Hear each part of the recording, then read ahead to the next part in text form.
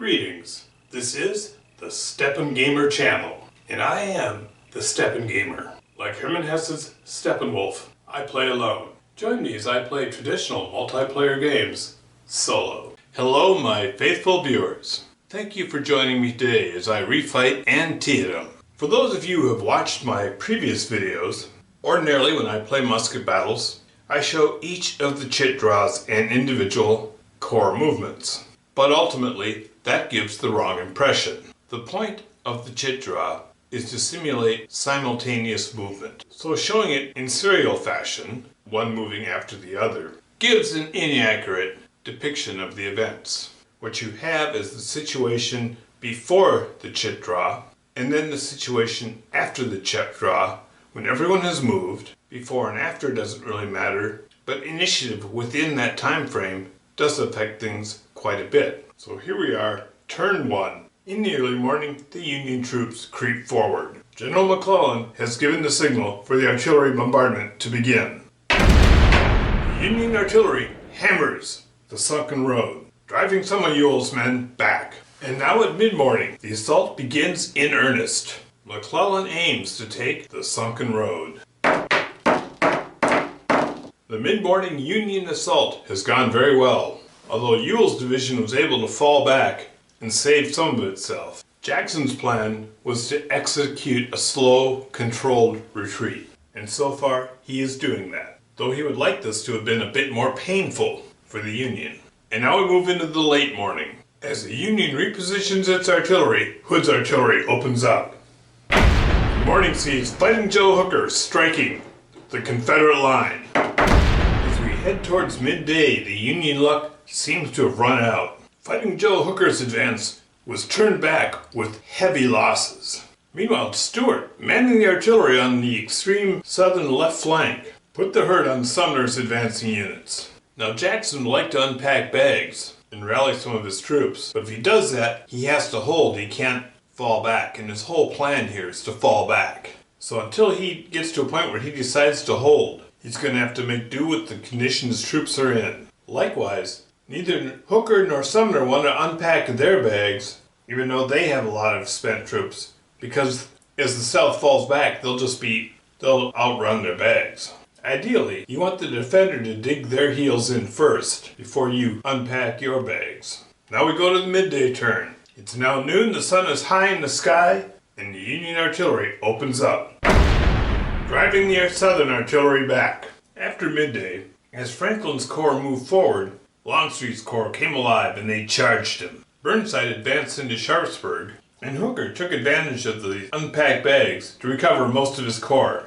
Elements of Ricketts' division, still in good shape, hit the exhausted Confederate line. And finally, fresh units from Sumner's corps assaulted that pesky artillery that's been such a problem. Now recently, one of my fellow playtesters alerted me to a change that is new with the 4.0 rules. Previously, in the first round, artillery fired first before the enemy fired. Now, that's no longer the case. It's all simultaneous. But defending artillery will fire with good effect on the first round, then drop to bad effect for all remaining rounds. Good to know. You're welcome. And combat erupts.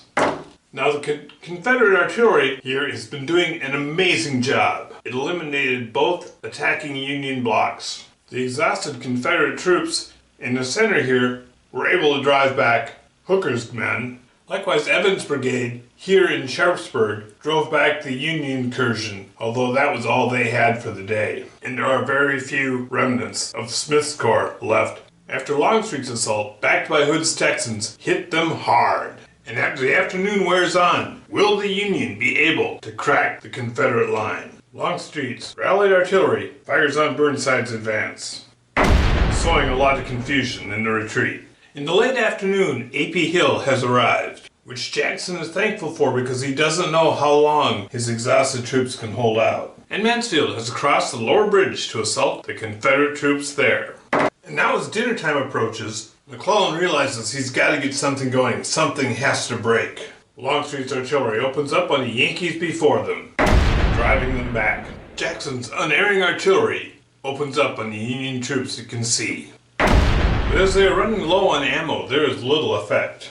Over here on Union left, Longstreet has reinforced Anderson's division as they are assaulted again across the lower bridge. Longstreet also sends Hood's Texans forward with elements of Walker's division right into the exhausted Union troops. And there's a dust-up between Confederate cavalry and elements of Burnside's corps. On Jackson's side, we have A.P. Hill backing up Fitz Lee's screening cavalry from Hooker's advance. And over on the far Union right, Sumner sent his best troops forward to finally do something about that artillery.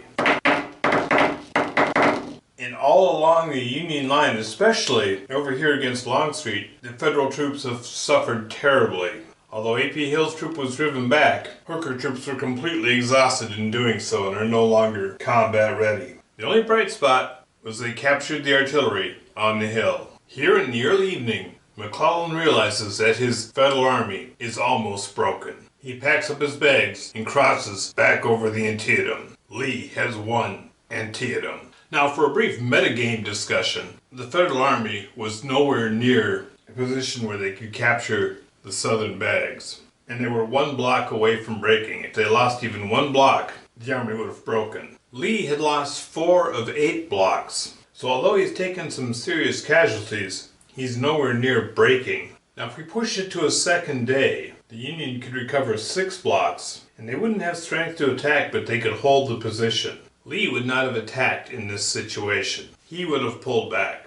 And when you played this scenario, the Potomac kind of runs right along here. So although the map doesn't show extra space to move, there really isn't, because the Potomac is right there. The only escape route, because all these bridges have been blown, the only escape route is along this road. The South would declare this a victory and pull back. For McClellan's part, he would say that by the end of the day he discovered that Lee really had 350,000 troops, and he was lucky only to have lost half his army. But he held them back.